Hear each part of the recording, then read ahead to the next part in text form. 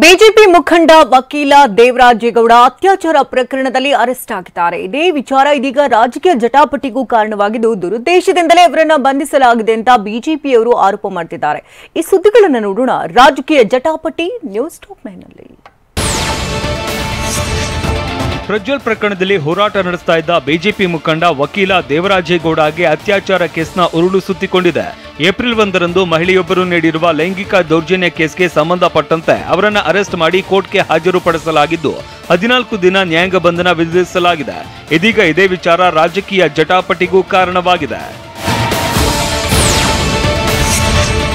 ದೇವರಾಜೇಗೌಡ ವಿಚಾರಣೆಯೇ ಪೊಲೀಸರಿಗೆ ಸವಾಲಾಗಿದ್ದು, ಪೊಲೀಸರಿಗೆ ಮರುಪ್ರಶ್ನೆ ಹಾಕಿದ್ದಾರೆ. ಸಂತ್ರಸ್ತೆ ಮಾಡಿರುವ ಆರೋಪವನ್ನೇ ಮುಂದಿಟ್ಟು ಪ್ರಶ್ನೆ ಕೇಳ್ತಾ ಇದ್ರು. ಇದೊಂದು ವ್ಯವಸ್ಥಿತ ಹನಿ ಟ್ರ್ಯಾಪ್ ಅಂತ ವಾದಿಸಿದ್ದಾರಂತೆ. ಬೆಂಗಳೂರಿನಲ್ಲಿ ನಾನು ದೂರು ಕೊಟ್ಟ ಬಳಿಕ ನನ್ನ ಮೇಲೆ ಕೇಸ್ ಹಾಕಿದ್ದೀರಾ ಅಂತ ಪ್ರಶ್ನಿಸಿದ್ದಾರಂತೆ. ರಾಜಕಾರಣಕ್ಕಾಗಿ ವಕೀಲ ದೇವರಾಜೇಗೌಡನನ್ನ ಬಂಧಿಸಿದ್ದಾರೆ ಅಂತ ಹುಬ್ಬಳ್ಳಿ ನಗರದಲ್ಲಿ ಬಿಜೆಪಿ ಅಭ್ಯರ್ಥಿ ಪ್ರಹ್ಲಾದ್ ಜೋಶಿ ವಾಗ್ದಾಳಿ ನಡೆಸಿದ್ದಾರೆ.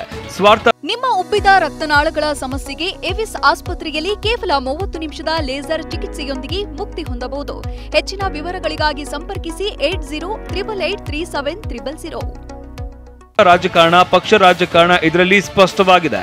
ಡಿಕೆ ಪಾತ್ರದ ಬಗ್ಗೆ ಸಾಕ್ಷಿ ಹೇಳಿದ್ದಕ್ಕೆ ದೇವರಾಜೇಗೌಡರನ್ನ ಬಂಧಿಸಿದ್ದಾರೆ ಅಂತ ಆರೋಪಿಸಿದ್ದಾರೆ. ಹಿಟ್ಲರ್ನ ಇವರು ಮೀರಿಸುವಂತಹ ಸರ್ಕಾರ ಇವರು. ಯಾಕಂದ್ರೆ ಇದಕ್ಕಿಂತ ಮೊದಲನೇ ಎಲ್ಲಿ ದೇವರಾಜ್ ಇನ್ನೂ ಹೆಚ್ಚಿನ ಮಾಹಿತಿಗಳನ್ನ ಕೊಟ್ಟಾರೋ ಅನ್ನೋ ಭಯದಿಂದ ಅವರು ಬಾಯಿ ಮುಚ್ಚುವಂಥ ಒಂದು ಪ್ರಯತ್ನವನ್ನು ಮಾಡ್ತಾ ಇದ್ದಾರೆ. ಆದರೆ ನನಗೆ ಗೊತ್ತಿರೋ ಮಟ್ಟಿಗೆ ದೇವರಾಜ್ ಇದೆಲ್ಲ ಆಗ್ಬೋದಾದಂಥ ಮುಂದಿನ ಎಲ್ಲ ಅನಾಹುತಗಳನ್ನು, ಮುಂದಿನ ಎಲ್ಲ ತೊಂದರೆಗಳನ್ನು ಊಹಿಸಿ ಅವರು ಕ್ರಮ ಇಟ್ಕೊಟ್ಟಿದ್ದಾರೆ. ಹೀಗಾಗಿ ಅವರು ಬಾಯಿ ಮುಚ್ಚಿಸ್ಲಿಕ್ಕೆ ಸಾಧ್ಯ ಇಲ್ಲ.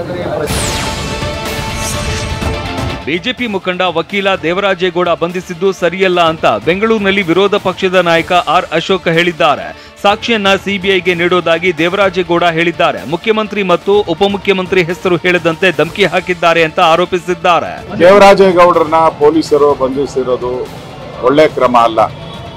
ಅವ್ರ ಹತ್ರ ಮಾಹಿತಿ ತಗೊಂಬೋದಾಯ್ತು. SIT ಅವರು ನೀವು ಮುಖ್ಯಮಂತ್ರಿಗಳು ಉಪಮುಖ್ಯಮಂತ್ರಿಗಳ ಹೆಸರು ಹೇಳ್ಬೇಡಿ ಅಂತ ಧಮಕಿ ಹಾಕಿರೋದು, ಇವೆಲ್ಲವನ್ನ ನೋಡ್ತಾ ಇದ್ರೆ ಎಲ್ಲ ಒಂದ್ ಕಡೆ ಸಾಕ್ಷಿಗಳನ್ನ ನಾಶ ಮಾಡುವಂತ ದೃಷ್ಟಿಯಲ್ಲಿ ಸರ್ಕಾರ SITಯನ್ನ ಉಪಯೋಗ ಮಾಡ್ತಾ ಇದೆ ಅಂತ ಅನ್ಸುತ್ತೆ.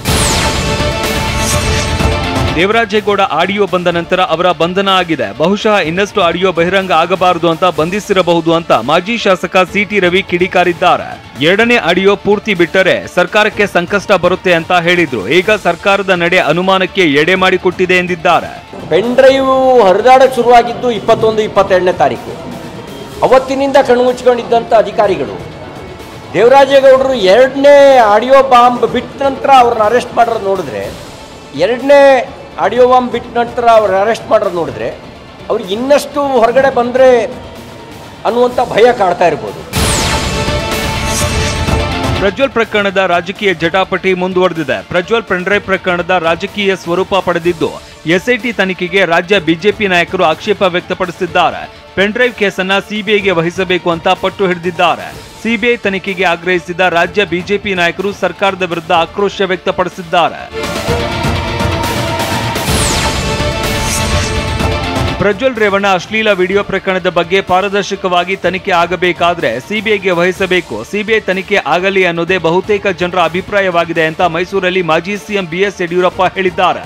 ಸಿಬಿಐ ಕೊಡಬೇಕು ಅಂತ ಬಹುತೇಕ ಜನರ ಅಭಿಪ್ರಾಯ. ಸೊ ಅದಕ್ಕೋಸ್ಕರ ಸಿಬಿಐಗೆ ವಹಿಸಬೇಕು ಅಂತ ನಾನು ಸಹ ಒತ್ತಾಯ ಮಾಡ್ತೇನೆ.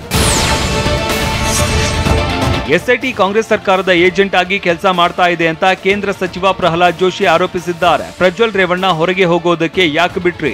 ಅವರು ಅಯೋಗ್ಯರು, ಹೀಗಾಗಿ ಅವರು ಉತ್ತರ ಕೊಡಲ್ಲ ಅಂತ ಸರ್ಕಾರದ ವಿರುದ್ಧ ಕೆಂಡ ಕಾರಿದ್ದಾರೆ.